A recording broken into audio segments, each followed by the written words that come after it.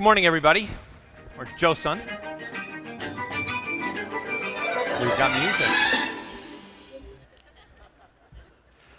For just 1 minute, I'd like you to imagine what your life would be like today if you had not received the formal education that you have received over the course of your life. And now I'd like you to imagine how amazing it could have been. These type of questions have been reverberating in my head ever since I met Jong, not about 3 months ago. We were sitting in a Starbucks, and we were talking about the TEDx, and I said to him, well, what could I talk about because it's an EDU, an ed program? And he said, I don't know, how would you fix education? And I stopped and I said, whoa, that's a big question. He didn't realize I assumed that was the topic I was supposed to be taking on. And from that point on, I've been challenging myself as to how would I fix education? And the journey has been both, I would say, torturous and enlightening at the same time. It's been torturous because this is big. And how can I share some information with you that would change the way you think when you walk out? And then I realized at one point through the journey that you can't fix education. Education's not broken. Learning is not broken. We do this all the time. But what I did realize that's broken, or what we can do differently, is we can enlarge the table of the people who are sharing and making a contribution and changing the way we look at education. And the second thing is, what if we can have some new tools that we walk away from today that would help us to be able to redefine our future? So what I'd like to share with you are some of those findings that I found. Some of them are not rocket science. But in the process of understanding them, I'm hoping that you'll walk away with new and found information that will help you cross the threshold to ask new questions of yourself. So the first one I'd like to start with is not something complicated, but I found that people are extremely passionate about education, to a fault. The other day I was in Central. I was going home to Mongkok, and there was a guy with me. He said he's going to Yamate. And I said, why don't we share a ride? And he looks at me and he says, what's your topic at TED? And I said, how to fix education. And he says, whoa, that's a big topic. And then he looks at me and he says, so what's your call to action? I really hadn't thought about a call to action at that moment, but it was a good point that he brought it up. And then, as I'm about to speak, he starts talking over me. He says, do you know why the people are there in that audience? You should know this. And I said, why? Why are they there? I figured I'd get some new data. And he says to me, the people in the audience are there on Saturday to learn how to be more competitive in their world. They want to be the best, and they want to be competitive. And I said, competitive? I hadn't heard that term. And after the entire ride, I actually had to push him out of the taxi. I said to myself, he never asked me what I had thought. See, I do about 300,000 miles of travel a year. And since Jong, and I curse him every day, had sent me on this journey, I have been thinking about this in China and in India and the US and in Canada, and wherever I've landed, how do you fix education? But he never asked me. I had 50 pages of notes at that time, and I had gone to a conference where educators from 16 countries had attended just so that I could learn more, because I knew I didn't know enough. But he didn't want to listen. And what I have found in the educational space, or in the topic of education, not educators, is that no one's listening to each other. Everybody's talking about how they have the next best solution. Which brings me to the next thing that I learned, is that most people have ideas, but no real solutions, no plans. I hear that all the time. What I was here, with my clients, I'll often say to them this: you have an idea, you have a concept, you have an initiative, but you don't have a plan. So if you were to say to me today, David, we should have more gamification, and gamification is video games and participation with young kids so that they can grow up and they can learn and play and have fun. Gamification's not working, and it's not working for the reasons you may think. It's not working because making games are expensive and difficult to create, so they're exciting. I mean, Xbox, Microsoft, Nintendo, all these companies have been working at it. It's no different. It's very challenging. But unless we change the dialogue, that people understand that they're really not offering solutions, I heard so few it was amazing. that we're not going to move the needle in any direction positively. The next thing that I realized, it is become okay to bash teachers globally, to bash educators. One of the most popular TED Talks bashes educators almost through the entire dialogue. So I want to set something straight here, and if I do this alone, I feel glad that I've come and presented. I want you to just imagine this. This young lady over here, imagine she's gone to school and she's going to be a teacher. She's excited about teaching. And this young lady over here, she wants to be a marketing person. She's gone to university and they've both graduated. When they graduate, they go to their work environment, and right there, before you get there are already systems and structure and policy in place. There's production, there's new product development, there's logistics, all done. She has to work within that environment. Same thing for the educator. She doesn't design the courses and design the curriculum and design all those pieces to the high level. There are people who've designed that in front of her. Systems, structure, food, delivery, process. There's an executive above her, and maybe a CEO, and maybe a board of directors and an investment group. Above the educator, there are the same. There's the administrators, there's the board, and above the board, there's another group of people, the community, the government, who are in the investors in education. When she screws up and she does a royally bad job, she gets fired, gets punished. Hey, the couches didn't show on time. The customer's upset. They write a letter, they talk. Her product speaks, and her parents have no solutions but a big mouth. And she gets blamed for the inefficiencies of the administrators and everybody else. And if you go up the line and look at it, if you really wanted to talk to the person who's in charge of her as an educator, because she's not responsible for all of that. And if you wanted to write a letter to that person, you'd be writing a letter to yourself, because it's you. And if you haven't drawn the connection that the teacher in the classroom is there doing that job because of you, then you haven't drawn the connection of what education's about. Point to yourself first. Teachers are not off the hook, but it doesn't mean they're to blame.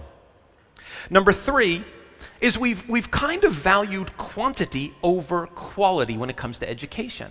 We are giving our young children 8 hours of schooling, 4 hours of homework, no time to live, enjoy, and love the world, to see and experience, to go see a frog jump and to go into the water and play. We've taken that away, and we think that if we give them more information, they will be better contributors.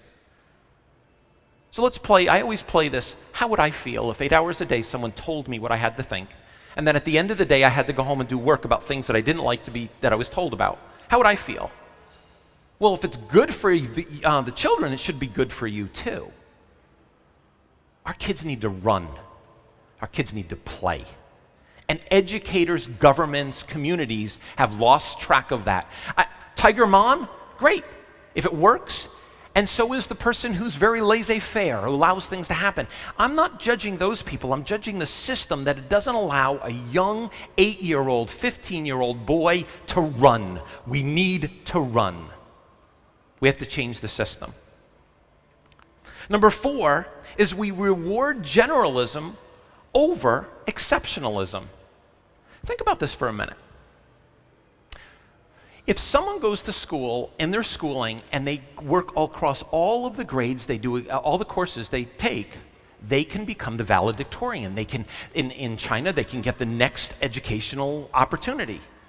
But what happens to this one person who loves science and math and hates everything else?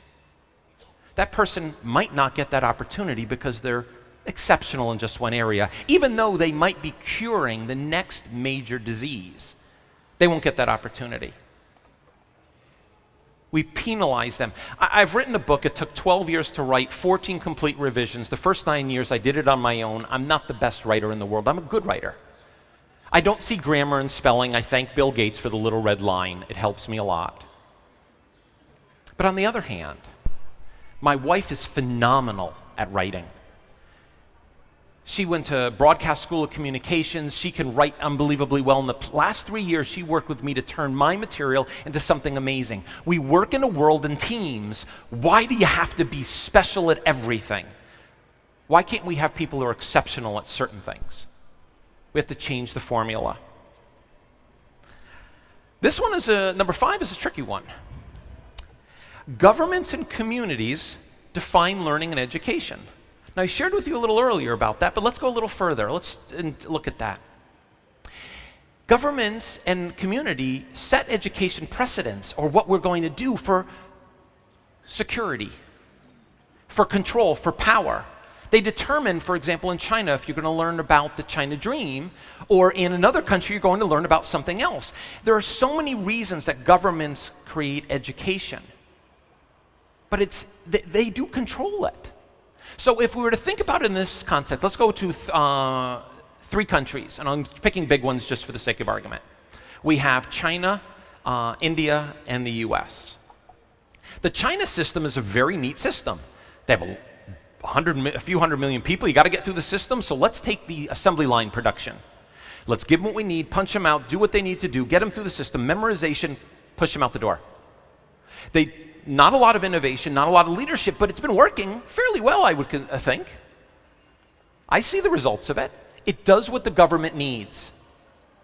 Let's go, and it does have its challenges. Let's travel over to the United States. The United States has a jumbled mix with Montessori schools and different types of educational systems, everybody trying to figure out their own way. And it works to create innovation and leadership in a different way, but it has some huge challenges, very huge challenges. The American system is probably the most difficult system in the world to change today. And the reason is because everybody has a vested financial stake in it. The person who sells the books, the person who sells the furniture, the person who builds the buildings. The community wants the tax benefits. There are so many reasons why changing the American system, and I didn't even mention the teachers and the unions, if you noticed. I stick away from them. There are so many people who want the system to stay the same, that people have said, I'd rather work someplace else in the world, such as Laos, to try to help them to work in the American system. The last one is India. And I choose India because there's 600 million people who are still in agriculture, and we call them an underdeveloped or an agricultural society. They have a lot of challenges in education. But China, their challenges are not what you think they are. There's corruption, inefficient systems, and a way of life with both Muslim and Hindi beliefs. Those 3 combined are a negative factor in education. The case that I look at and what I think about is this. If you go around the world to every major city, what you'll find is you'll find cities that can provide more or less a clean drinking water. And India hasn't figured that out. And they've been on this planet even longer than many of the societies we know, because it's not a priority. While they say education is a priority, it's not. So they're going to have troubles for a longer time. The last one I like to say is that everyone believes, the last one, this one's kind of cool, is that I found that everybody in education believes they're doing a great job, including the parents. So let me give you a quick survey. In Business Week in 2007, they did a survey of leaders, managers, and said, where do you fall in the scope of your organization? From the top 10, top 20, top 30, all the way down to the people who are horrible at what they do. The numbers came back that over 90% of the leaders believe they're in the top 10%. The top 10% of the organization. That means no one sucks. That means no one is number 86. No one says, I show up to work, I'm just basically useless. But the challenge is if they believe they're right, they don't learn, they don't grow, they don't develop. So I'll give you 2 examples of how it impacted me and my wife. When my youngest son, Jake, was 6 years old, he used to color with phenomenal patchwork patterns. They're unbelievably beautiful pieces. And one day he comes home and he's coloring. And he's using only one color. And my wife says, what happened? And he said, well, the teacher said I have to color with realistic colors. And he's never colored again in patchwork. Now, you might say that's sad, but I look at it and say, I believe that teacher actually believed what she was doing was good for the student. And I bet you she taught that at home to her own children. She wasn't malicious. She thought that was right. My other son, Adam, was doing multiplication in his head by the time he was 3. But when he went to school, the system, the government, required he had to show his work. Oh my God. He didn't know how he came up with those numbers, just like some of you can do things in your head that you don't know how you figure it out. But he'd never really liked mathematics after that because he couldn't do it the way that they requested. People believe that they're doing a great job. So I've taught at NYU for 12 years. I've traveled around the world, and I've realized that I can give all the data and give all the solutions to people, and people walk away saying, that's great. But I'd rather give you tools that you could walk away with today that change the conversation. So I'm going to give you a few quick tools.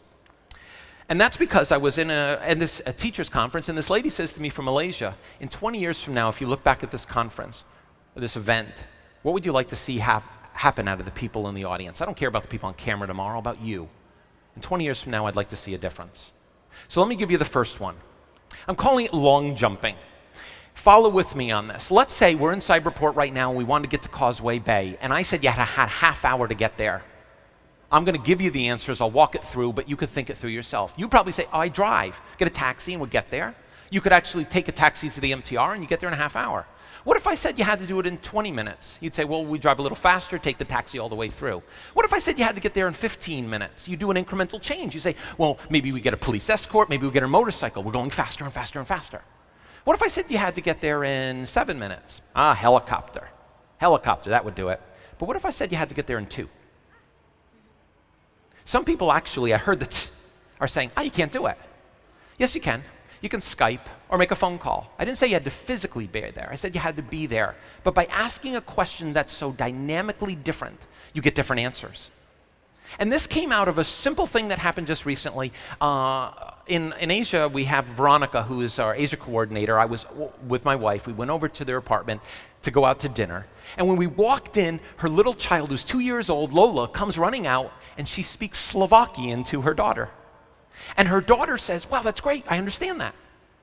Then the next thing that happens is the father walks in and he speaks in French to her. And she says, oui, oui, papa. In a matter of a few minutes, at 2 years old, she knew 3 languages. 3 languages. Isn't that amazing? What if we changed the dialogue and had people learn more? The second thing is we have this concept, think outside the box. I hate that. I absolutely hate it. It despises me. Why do we say that? So what I've done one day is I sat down and said, how do I think? I'm an innovator, I would say. I've got patents in all different types of technologies. Artificial intelligence, cell phone technology, I have own businesses. How do I think? And I've never once said think outside the box. What I do is I actually create a box when I have a challenge, and I start reaching for the things I know, putting them in the box. And then I toss them out, put them aside, do it again, until I find solutions, because my experiences allow me to create new opportunities. Then I said to myself, let me go ask some other innovators. And Edge, who is a KPMG's innovation head, he does the same thing, he says. And I started talking to great innovators, and I found that you're all innovators, but they do 3 things incredibly well. The first thing is they create experiences and learning opportunities so they can grow. The second thing they do is they're willing to push an idea away that they don't feel is going to work. And the third thing that they're willing to do is say, I don't know. What if we gave the experiences to our young people, to you, that were life-changing? Get a teacher to learn to play the violin. Get a person to learn something new when you're going to give them new boxes, new material to be able to fix what they do. You could change the formula. So what I'd like to leave you with is this, a call to action at this point. What could you do differently, knowing that you know a little bit more about education after today? I'd like you to pick 3 people in your world that you can help educate and help them find happiness in the world in which they're building.